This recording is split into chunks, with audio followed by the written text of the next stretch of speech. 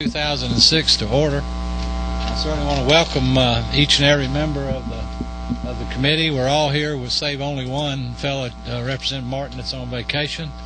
I want to welcome all of our speakers today and thank you in advance in case I forget again and again for your valuable time on a Monday in the summertime to come and address this committee, and thanks to everybody in the audience.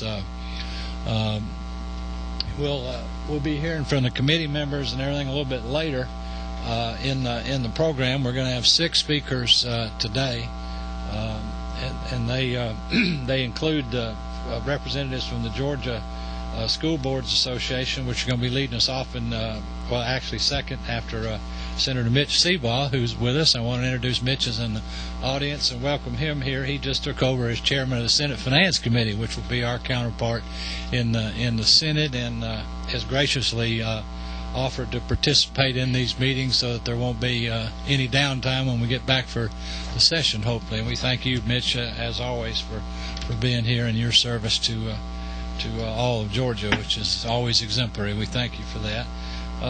Then we'll be hearing from the school boards after Mitch, and then the Georgia Municipal Association will be addressing us, and then the County Commissioners Association, which I have a special interest in because they've got a lot of local homeboys here so I have to be a lot nicer than I ordinarily would, so I want y'all to stick around and see what that looks like.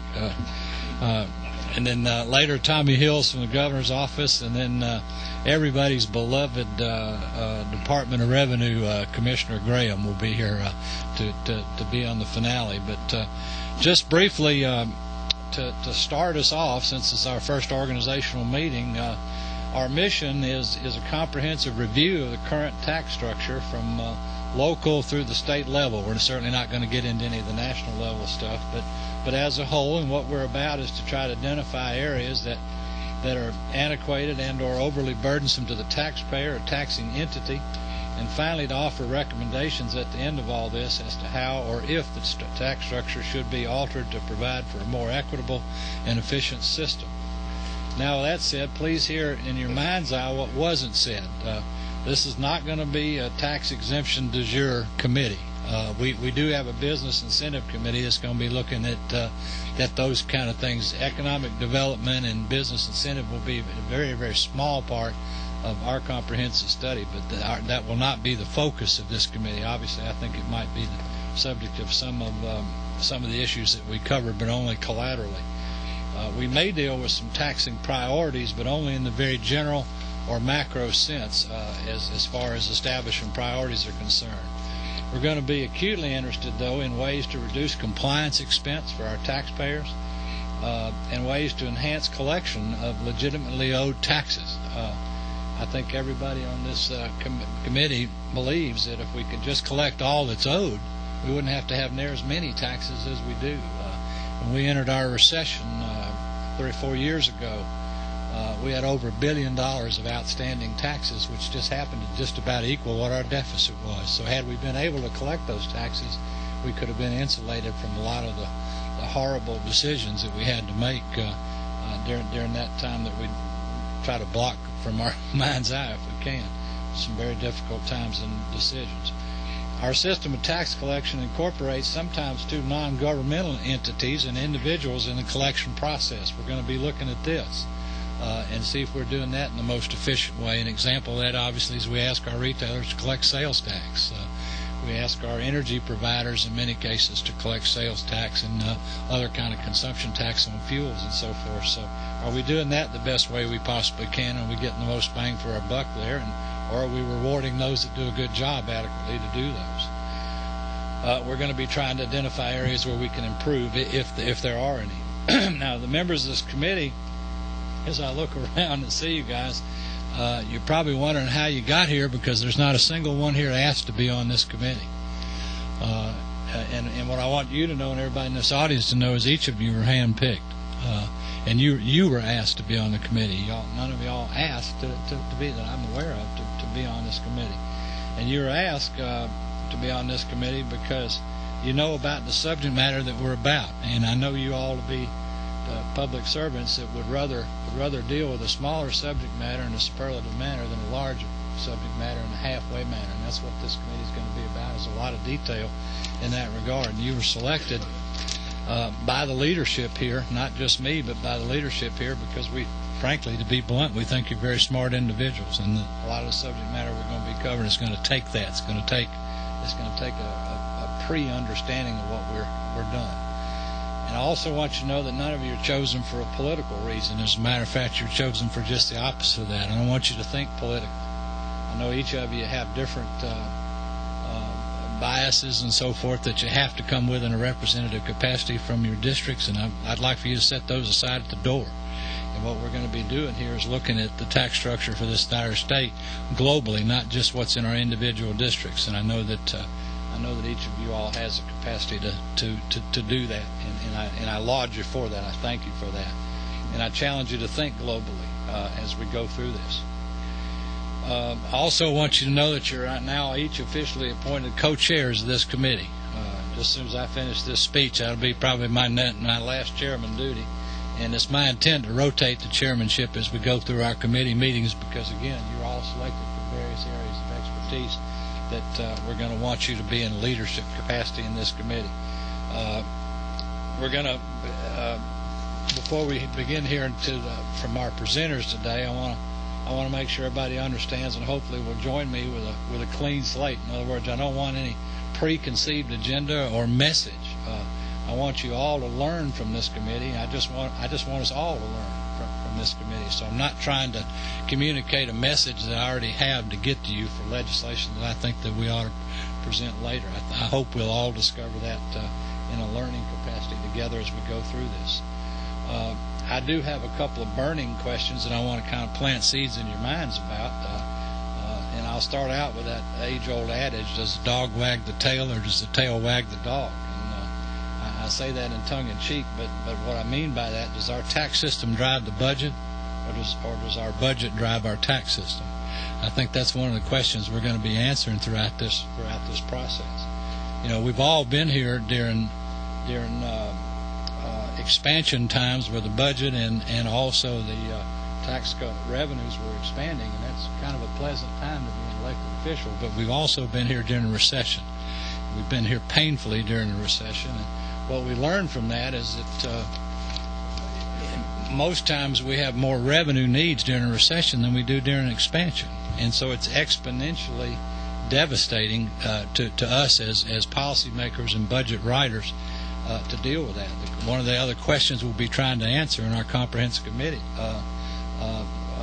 learning process is there a way that our entire tax system can better be ready to address that dilemma? In other words, is there sort of a formula-driven tax system that can flow with budget needs as we go through the process? May not be. I'm not talking about any of the fancy names you've heard in Colorado, anything like that. I don't want to confuse anybody, but are there triggers that we can put in our system that have to do with the economy as it's going on that might keep us better prepared for recessionary things? We act sometimes in a budget when things are good like we never had bad times. You know, we don't just have to spend everything that comes in. We can put it in reserves. We can look at possible allocations and so forth. And I challenge this committee to do that.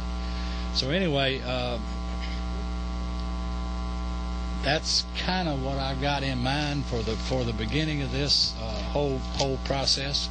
We're going to be hearing from each of y'all, sort of interspersed with our speakers as we go through the day, and I'm looking forward to what we might learn. Michelle Neesmith is here, and she's going to be trying to keep up with all that's going on, but our meetings are going to be recorded so we can go back and pick up any pearls of wisdom. Lastly, before I close, I've also provided y'all with a study that was done in '95 by this House. I think back then maybe chaired by Representative Royal here, that I put a copy in front of y'all, not to read or digest today because it's quite comprehensive, but it's interesting what some of the conclusions were in '95, and we've seen legislation since then, frankly, that has dealt with some of those conclusions. So I certainly would compliment Representative Royal and others that were involved in what was a pretty thorough study back then as to what their recommendations were, and hopefully we can use this as a beginning point and expand upon that. So, with all that being said, I'd like to call, please, up, if we could, for our first person to address the committee, a great friend across the hall, now Chairman of Senate Finance, Senator Mitch Seabaugh. Good morning, Mitch. Good morning, Mr. Chairman, members of the committee, and I appreciate the opportunity of being with you today, especially in my new capacity. I'm very excited about.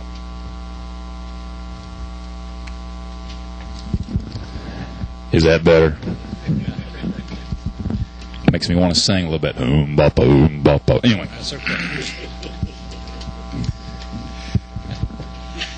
Appreciate the opportunity of being here, and I've had discussions with the chairman about the undertaking that this committee is going to undertake, and very shortly the Senate will be announcing a mirror study committee that will be working alongside this committee. In no way trying to steal y'all's thunder, but basically to be here to work and have input and questions as you go forth. And the chairman has some great ideas of what he wants to do with this committee, where he wants to go with this committee. They feel that it's important enough that we have some members of the Senate that will be a part of this to have a good understanding of it, so whatever recommendations come out of that, we've got more than one individual in the Senate that understands it, comprehends it, can help when those issues come from the House to the Senate. So we look forward to working with y'all as we go through on that. Chairman O'Neill asked me to touch on one thing in particular that I'll take a moment to talk about, is the effort that the Senate has in the study committee established to look at tax expenditure limitation legislation for next year. That committee's first meeting will be this coming Thursday, June 15th at 1:30 in room 450, and any of the members here, you are welcome to come to participate in that meeting. The purpose of the study committee will be to evaluate what other states are doing in the area of limited taxation and what they will do when revenue exceed budget expenditures. We will also be looking at a process to limit the growth of our state budget. There are critics of limiting budget growth, but I think we saw some very good byproducts when we were revenue challenged in 2003 through 2005. We were forced to look where we hadn't looked before. We found reserves that had been set aside for programs that no longer were in existence. We found other reserves funded way over 100% with no scrutiny. We found people employed in programs no longer in existence and really non-answerable to anyone. We found jobs overlapping between departments, duplicating areas of responsibility and with no accountability. We also found we didn't know how many vehicles a state owned or operated. When our revenues start to increase, government will inherently grow, adding programs that begin as pet projects or pilot projects, but with additional revenue it becomes hard to stop them, and then when revenues fall, these programs are touted as critical and fundamental. Placing a discipline on a limitation on how much our government can grow, I believe, will force us to continue to look at our budget and to challenge its programs every year, not just when revenues decline. We will look at this with the basic principle that government should decide what it is its basic, fundamental, and critical responsibility areas, and to ensure that these are funded adequately, not allowing ancillary programs to take away valued resources. We will also look at ensuring that there is adequate flexibility to deal with emergency funding issues. Now, I believe that TEAL should be a part of a comprehensive tax reform of our tax code, but there are many other items that should be considered. But before pondering what steps can be taken in reforming our tax code, I think it's very important to establish a basic fundamental principles of what we want to accomplish with our tax code, a constitution per se. For instance, there are many people who would like to see a consumption tax in place of personal or corporate income taxes. Other ideas include freezing property tax assessments until the property is sold, or taking or taxing goods and services. But before deciding what to include, what to change, or what to exclude, I think it's important that we set principles all ideas will be measured against. For instance, I think one principle should be, does it make for an efficient tax system? In Peter Peterson's book, Running on Empty, he defines an efficient tax system as a system that raises revenue with minimal distortions in economic behavior or disruption in the lives of the people. I would like to see in a comprehensive tax reform of our tax system a simplification of the collection, administering, and enforcement of the tax system. It should be a system that minimizes the impact on Georgia's citizens, minimizes the impacts on Georgia's businesses, especially small businesses, and it should minimize the impact on Georgia's government. Other principles would be asking a fundamental question. Does it reduce the size and cost of government in order to collect the needed revenues? Establishment of so-called principles, I think, will be important when the discussion of consumption tax occurs. How do you transition with the least amount of impact? What do you do with unappreciated assets with the least disruption? Mr. Chairman, members of the committee, sincerely am excited about the effort to reform our tax system to one that is efficient, effective, fair, balanced, and manageable. And with that, Mr. Chairman, I'll be more than happy to answer any questions. Thank you, Senator Steve. Does any member of the committee have any questions for the Senator this morning? Hearing none, we thank you very much for your presentation. You're certainly invited to stay with us as long as you can. For a while. Thank you very much. Next, I think we're going to hear from our school boards, Mr. Rooks, I believe. And you all, by the way, before he starts, they've been kind enough to print their comments, and Michelle has put them in front of you for your reference and purpose. Thank you. Welcome. And we're glad to have you here. Thanks for being here. Thank you, Mr. Chairman. It's a privilege to be here on behalf of the Georgia School Boards Association, which is all 180 of Georgia's elected local school boards. First of all, I want to thank the General Assembly for establishing this comprehensive tax reform committee, and certainly want to thank this committee for inviting us to make this presentation. You have to look no further than the legislation which created this committee to see the two pressure points that impact all of us. One of them is a demand for services. In our case, that is the case of K through 12 education. We are in a situation where student population is growing about 25,000 students per year, and not only that, there is a great demand, as there should be, for improving educational excellence in our state. And of course the other demand, which you all probably hear more of than some of us, is that for tax relief. So thanks again for inviting us to be a part of this meeting. If you look on page 2, at the top of the page, I've listed very broadly there how the information I'll share with you is to be presented today. The first bullet there is funding difficulties faced by local boards of education. I'll try not to bore you to death with that, but I do want to share some of the things that causes those pressure points at the local level. Second dot is where GSBA stands, and by that I mean that we have 3 positions relating to taxation, and I want to draw your attention to that.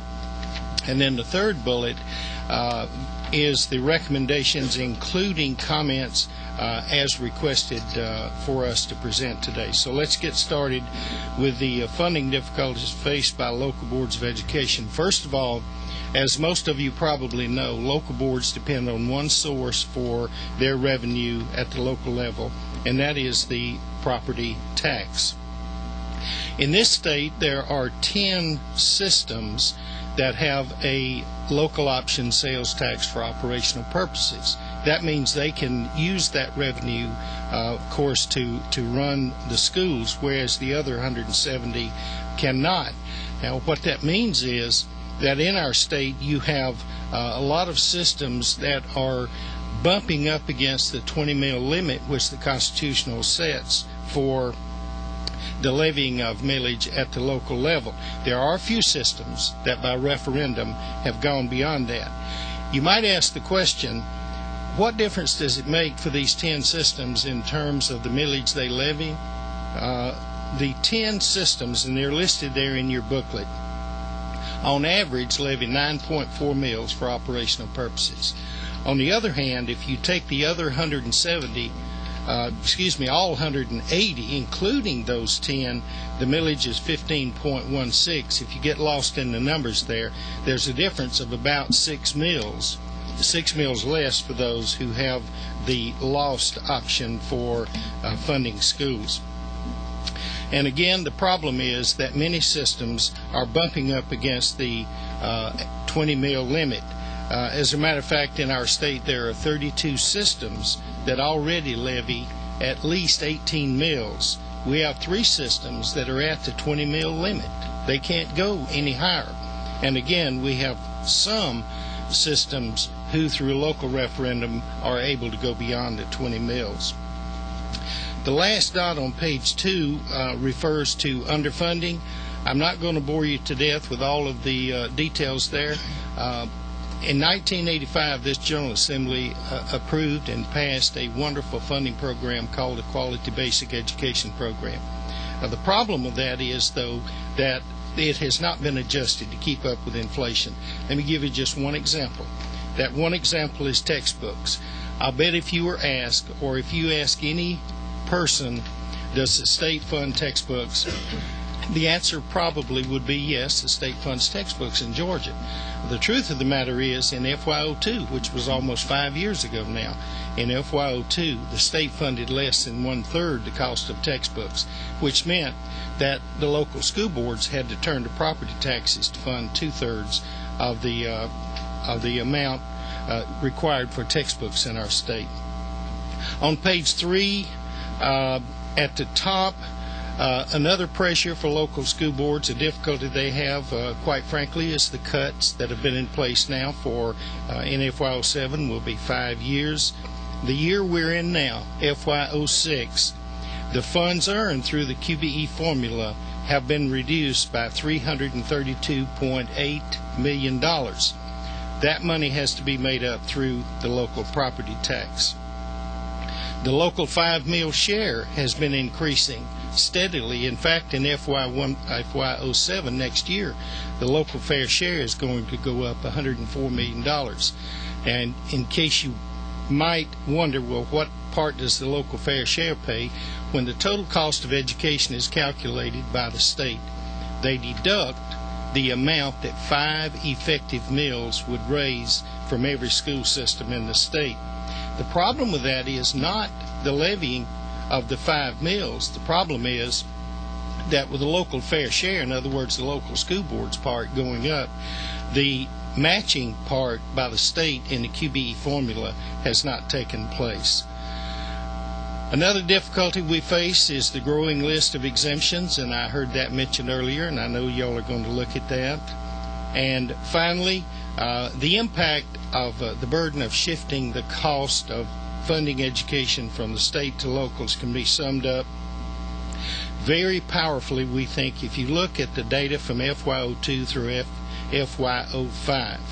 State funding increased over $86 million in those years. The local increase for education was over $852 million, or about 10 times as much. I'd like to share with you where we stand, official positions which the association has had for some time regarding taxation. The first one I'll share with you is that we believe the property tax is basic to educational funding. Why, you might ask? Stability is the best answer I can give you. The students keep coming, even in times of economic downturns, and the property tax is the most stable and the most dependable. On page 4 at the top, you will find another position we have regarding alternative revenue sources. And later on, I will make a recommendation, or the association will make a recommendation to you to broaden the base of taxation, and that's consistent with this one. We believe that local school boards, it may be reaching the time when they have to have another source other than the local property tax. One way to do that would be what 10 systems now do, but is prohibited by the Constitution for any others at the moment, and that is a 1% local option sales tax for general operations, which would be voted on by school districts. Another position we have, a standing position, is on state tax policy, and here we simply urge the state to do some of the things that your chair and Chairman Seabaugh have mentioned that you're going to do, and that is to adopt a state policy which takes into account, among other things, erosion of the state revenue base and so forth. As for our recommendations, Mr. Chairman, your letter to us asked us to comment on 3 areas, and we're privileged to do that.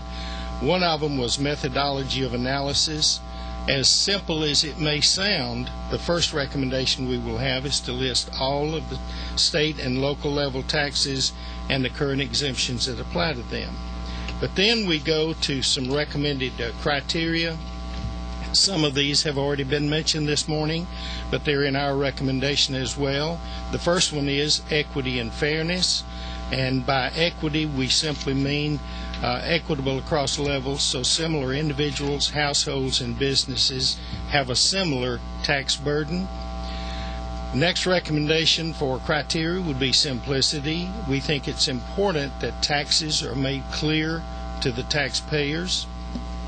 A third one would be stability, so that there's a relatively constant flow of revenue over time. And again, this is critically important for local school boards because the students keep coming. The demand for services are still there even in times of economic downturn. Adequacy is very important. I read somewhere over the weekend that you don't have a good tax policy if you don't have adequacy in it, because you have to generate enough funds to provide the services which are required. Another criteria might be effect on economic behavior, which has already been mentioned here this morning.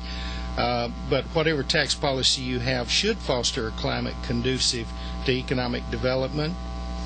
Another criteria would be exportability, and that's, of course, the extent to which persons who are not residents of the state participate in the tax. Of course, we have a wonderful example, Mr. Chairman, in our state with our eSPLOS, the Education Special Purpose Local Option Sales Tax.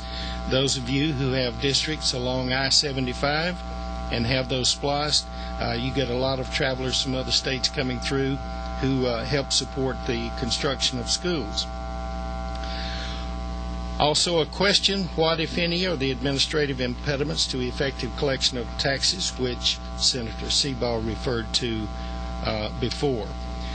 Another area you asked us to address was subject matter to be covered, and of course we would recommend the taxes currently being levied and exemptions, the perceived problems and issues, what are the problems, the impediments to significant tax reform, and then some questions about what are the necessary services of government, what's the projected growth in these services, should there be a state-local split in funding these, and if so, what should that split be?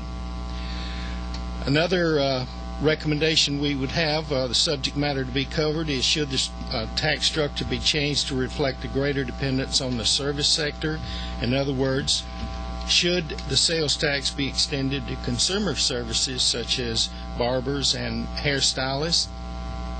Another question we would have, should there be a sunset on all exemptions, say every 10 years, so that you review it and make sure that the fiscal goal for which it was established is being achieved? And then you might want to compare how our tax structure compares with our neighboring states or the Sunbelt states or the nation.